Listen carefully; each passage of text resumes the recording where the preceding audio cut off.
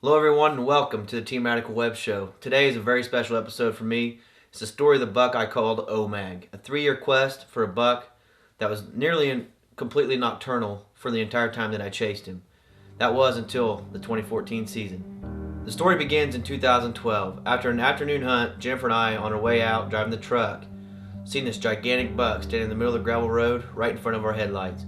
And all we could keep saying was, "Oh my God, oh my God." For reference, we like to name our deer, and Jennifer decided we should name this buck Omag. So in 2012, about a month later, I was able to get some pictures of this buck in my real-world soybean food plot, which had a fresh blanket of snow on it. And unfortunately, I wasn't able to see him during daylight, but I was able to find his shed, which is still my biggest shed to date. So now we fast forward to the 2013 summer months, and I received a phone call that this buck had been hit by a car. When I arrived there, the head had already been cut off, and I just assumed this buck was dead. But lo and behold, a week before season closed in January, this buck showed up in pure daylight underneath 3 of my different tree stands in my real world soybeans, now a mile and a half back south of where I originally had pictures of this deer. So 2014, I was ready. I had a game plan. Now I just had to make it go and hopefully get a crack at this buck. Now that brings us to 2014, and I done decided I was going to work my butt off this year and do everything I possibly could to hopefully get a crack at this buck. And a couple things going on my side. One, he was at least a 7.5, I think maybe even 8.5-year-old buck. And I'm a firm believer in the more mature a buck becomes, the older he gets, the core area shrinks and they become more visible. And sure enough, there he was, pure daylight in velvet. Watched him for 3 or 4 weeks straight, got some incredible video and pictures of him. And then a week before season, he just completely disappeared.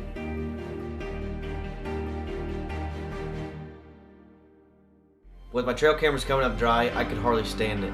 I drove around almost every single night trying to find this buck from day 1 of October. And I could not find this buck until October 30th. I found him in a surrounding field. He was with a hot doe. I watched exactly where he went into, and I knew I had a really good chance of getting on this buck if I got in there within the next few days. And that brings us to the November 1st hunt. Hello everyone, welcome. Today is November 1st, the legendary month that we all dream of. 2 nights ago, I seen the big boy that I've been after, Omag. First time I've ever seen him in daylight in a 3.5-year quest trying to kill this buck. Got a perfect wind. Slipped in here real nice and quiet. It's about 2 o'clock. I think this is gonna be a really good hunt. Stay with me because if I shoot this buck, I might go a little crazy on camera.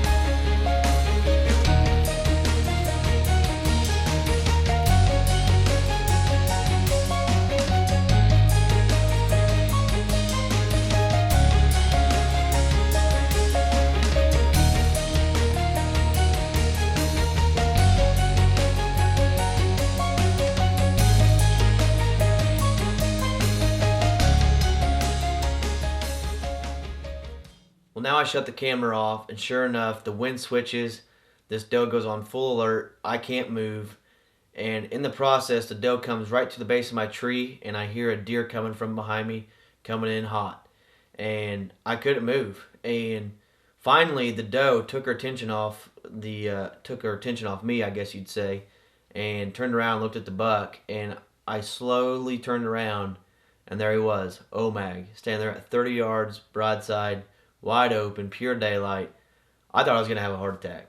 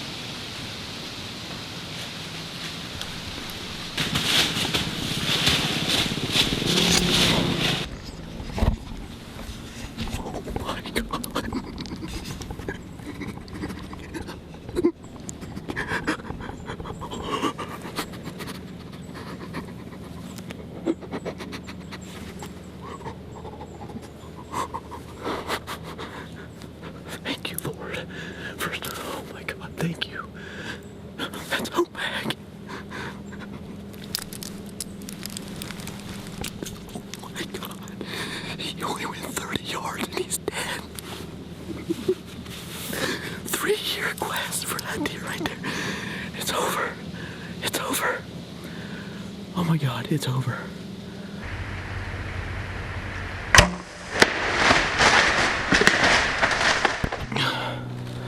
So I know I should probably wait for the other guys to get here, but I self-filmed this, and it's just me, the good Lord, and Omag. We're gonna go take a look at him right now.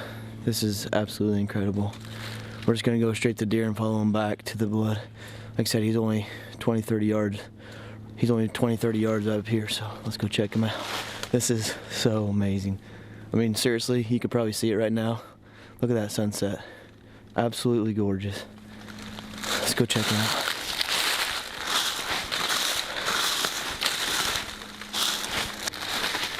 Holy crap. Holy crap. Check that out, baby. Yes. This deer is an absolute mammoth. Oh my God. Oh my God. Holy crap. I knew I hit him far forward. I can't believe he only went that far. But that havoc, look folks, this is live, okay? Look at what that havoc just did right there. I mean, that's huge. I cannot believe. Holy crap. Work with me here. I'm trying to get this on video myself. Holy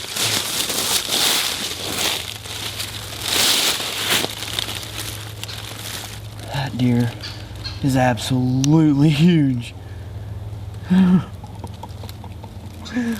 Oh my god.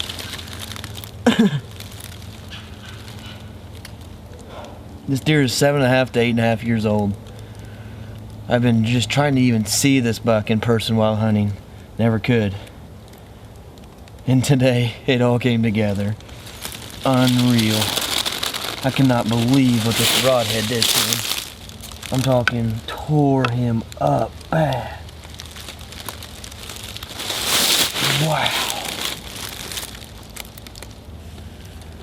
Thank you, Lord, so much. You know, a lot of people give us crap and give us grief about thanking the Lord or whatever. But I can honestly tell you, I truly mean it with all my heart. If it wasn't for him, I couldn't enjoy his beautiful outdoors and shooting a buck like this. Or last year, like Jennifer with Kick It In. You know, having faith and being thankful for what's here for you, I think is the ultimate success.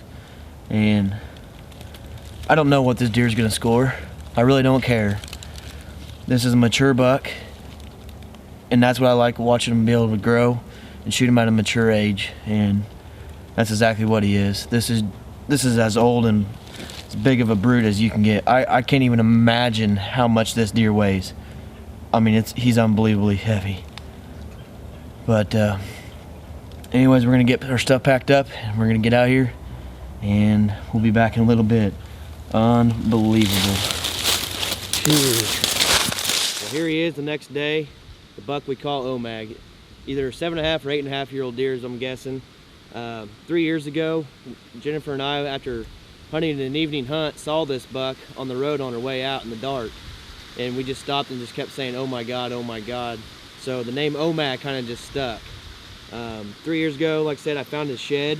Only found one side, then he was a 10-pointer.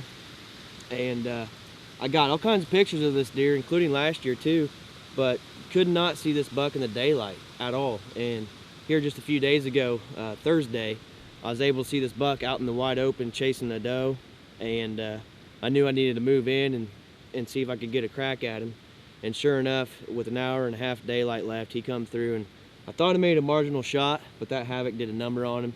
As you can see in the video, he only went about 30 yards and fell over dead. We weighed him last night. He weighed in at 240 pounds, field dressed, and has the biggest neck I've ever seen on a whitetail, at least for Illinois. So yeah, we hope you enjoyed the show, and thanks for watching the Team Radical Web Show.